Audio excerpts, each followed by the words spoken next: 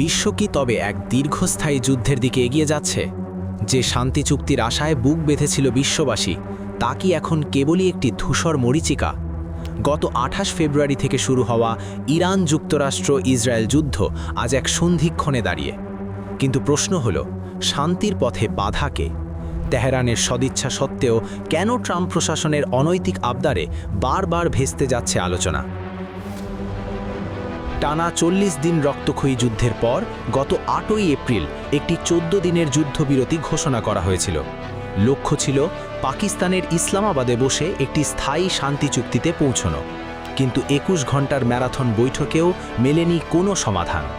রয়টার্সের প্রতিবেদন বলছে, স্থায়ী শান্তি চুক্তির উচ্চাকাঙ্ক্ষা থেকে সরে এসে দুই পক্ষ এখন কেবল একটি অস্থায়ী বা অন্তর্বর্তীকালীন সমঝোতার চেষ্টা করছে। এই সমঝোতা হলে আরও ৬০ দিন সময় পাওয়া যাবে, যেখানে যুক্ত হবে জাতিসংঘের পরমাণু সংস্থা IAEA। কিন্তু এই ৬০ দিন কি যথেষ্ট, নাকি এটি কেবল সময়ের অপচয়? কেন সফল হলো না ইসলামাবাদের বৈঠক? সূত্র বলছে, মূল বাধা যুক্তরাষ্ট্রের অযৌক্তিক শর্ত। ওয়াশিংটন চায় ইরান তার কষ্টার্জিত ইউরেনিয়ামের মজুদ পুরোপুরি ত্যাগ করুক এবং আগামী ২০ বছরের জন্য পরমাণু কর্মসূচি বন্ধ রাখুক। একটি স্বাধীন সার্বভৌম রাষ্ট্রের ওপর এমন চাপিয়ে দেওয়া শর্ত কি আদৌ যৌক্তিক? ইরান তার আত্মরক্ষার অধিকার বিসর্জন দিতে রাজি নয়।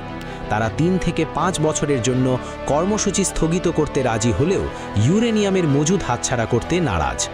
মনে রাখতে হবে, ইরানের হাতে থাকা ৬০% বিশুদ্ধ ইউরেনিয়াম তাদের শক্তির প্রতীক, যা পশ্চিমারা ভয় পায়।